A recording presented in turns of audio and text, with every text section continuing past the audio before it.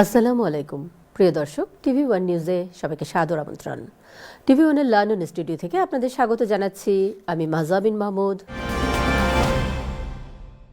অন্যান্য বছরের মতো এবারও বার্মিংহামে বাংলাদেশের বিজয় দিবস উদযাপন করেছে বাংলাদেশি সামাজিক সংগঠন জাতীয় দিবস উদযাপন পরিষদ।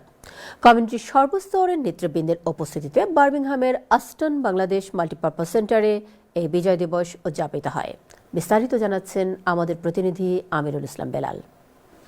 জাতির শ্রেষ্ঠ অর্জন মহান বিজয়ের ৫৪তম দিবস উদযাপন করতে সময়ের পূর্বেই কানায় কানায় পরিপূর্ণ হয়ে ওঠা অনুষ্ঠানে নবনির্বাচিত সভাপতি ফজলুর রহমান চৌধুরী এমবি এর সভাপতিত্বে এবং সাধারণ সম্পাদক কামাল আহমদের পরিচালনায় প্রধান অতিথি হিসেবে উপস্থিত ছিলেন বার্মিংহাম সিটি কাউন্সিলের lord mayor councillor Jafar Iqbal এবং বিশেষ অতিথির বক্তব্য রাখেন ওয়েস্ট মিডল্যান্ড পুলিশের ক্রাইম কমিশনার সাইমন ফস্টার।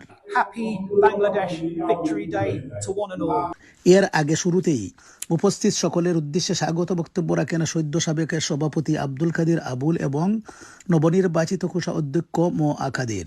বিজয় দিবস কি কেন আমরা পালন করি, এই ধরনের অনুষ্ঠানের মাধ্যমে তাদের আমাদের ভবিষ্যতের বংশধর জানুক বুঝুক, আমিতে এই ধরনের অনুষ্ঠান আমরা করে যাব। আমাদের বিজয় দিবসে উদযাপনে উপস্থিত হয়ে আমাদেরকে গর্বিত করেছেন, সবাইকে আমি ধন্যবাদ জানাই।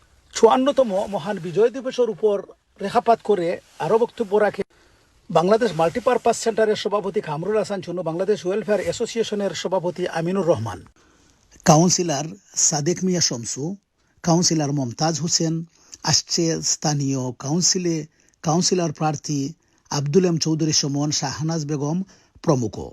স্বতঃস্ফূর্ত উপস্থিত হয়ে জাতির এই শ্রেষ্ঠ অর্জন মহান বিজয় দিবসের অনুষ্ঠানকে সাফল্যমণ্ডিত করে তোলায় উপস্থিত সকলকে ধন্যবাদ জ্ঞাপন করেন সভাপতি ফজলুর রহমান চৌধুরী এমবিই এবং সাধারণ সম্পাদক কামাল হোসেন। মহান বিজয় দিবসের সবাইকে বিজয়ের শুভেচ্ছা। জাতীয় দিবস উদযাপন পরিষদ কর্তৃক আয়োজিত আজকের এই আলোচনা সভা এবং সাংস্কৃতিক অনুষ্ঠানে শত শত লোকের উপস্থিতিতে এই প্রতিকূল আবহাওয়ার মধ্যেও এসেছেন, তার জন্য ধন্যবাদ জানাচ্ছি এবং প্রমাণিত সত্য যে বাংলাদেশের মহান মুক্তিযুদ্ধ লাল সবুজের পতাকা জাতীয় সঙ্গীত আমাদের বাঙালিদের কাছে চির অম্লান। ৫৪তম বিজয় দিবস আমরা আজকে উদযাপন করলাম স্বতঃস্ফূর্তভাবে।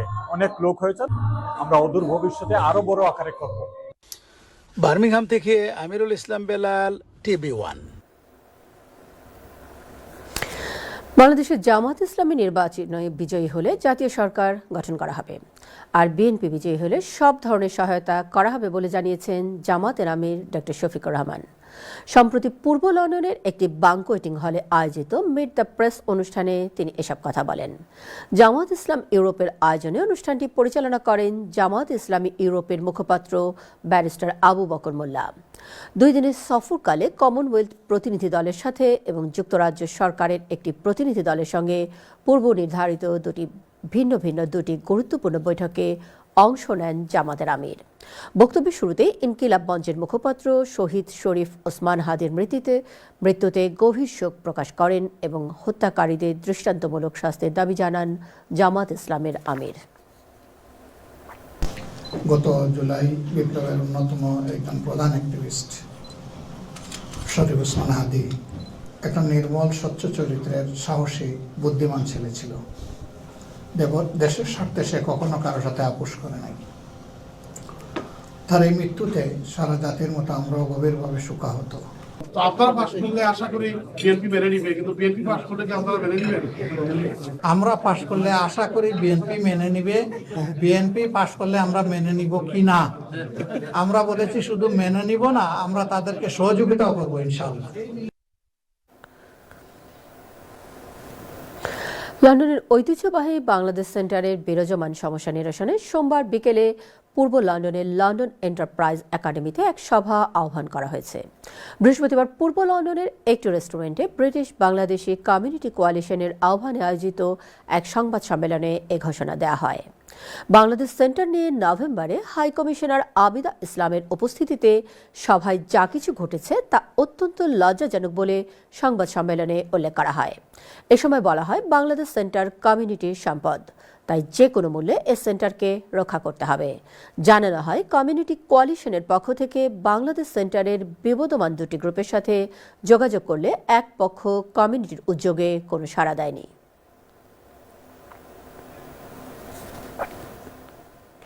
সিলেট ৩ আসনে বিএনপি মনোনীত সংসদ সদস্য প্রার্থী এম এ মালিকের সাথে এক নির্বাচনী প্রচার সভা করেছে যুক্তরাজ্যে বসবাসরত প্রবাসী মোগলাবাজার ইউনিয়ন জাতীয়তাবাদী পরিবার।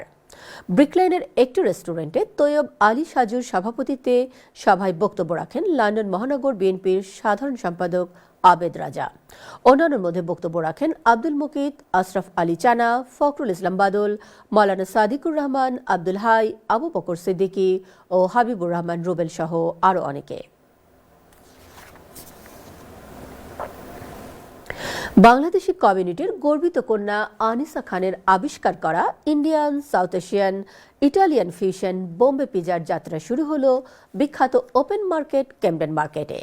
বিবিসি লর্ড অ্যালেন সুকারের অ্যাপ্রেন্টিসের রানার আপ আনিসা খানের এই আবিষ্কার ব্রিটিশ খাদ্যের তালিকায় স্থান করে নিয়েছে। ক্যামডনের মেয়র এডি হ্যানসন ফিতা কেটে এই পিজার উদ্বোধন করেন। অন্যান্যের মধ্যে উপস্থিত ছিলেন ক্যামডনের সাবেক মেয়র নাসিম আলী, ক্রয়ডনের সাবেক মেয়র সেরওয়ান চৌধুরী, এশিয়ান কারি অ্যাওয়ার্ডের প্রতিষ্ঠাতা আনিসার বাবা ইয়াওয়ার খান সহ আরও অনেকে।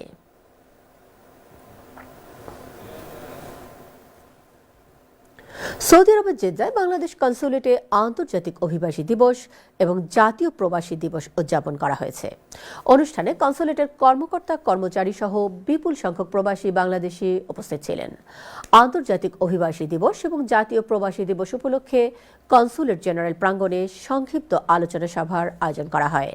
সভাপতির বক্তব্যে কনসাল জেনারেল মোহাম্মদ সাখাওয়াত হোসেন বলেন, প্রবাসীদের বিদেশে আসার আগে এজেন্সির মাধ্যমেই যে চুক্তি স্বাক্ষরিত হয় তা ভালো করে দেখে করার পরামর্শ দেন, যাতে পরে বিদেশে আসলে কোনো সমস্যায় পড়লে কনসুলেট সব ধরনের আইনি সহযোগিতা প্রদান করতে পারেন।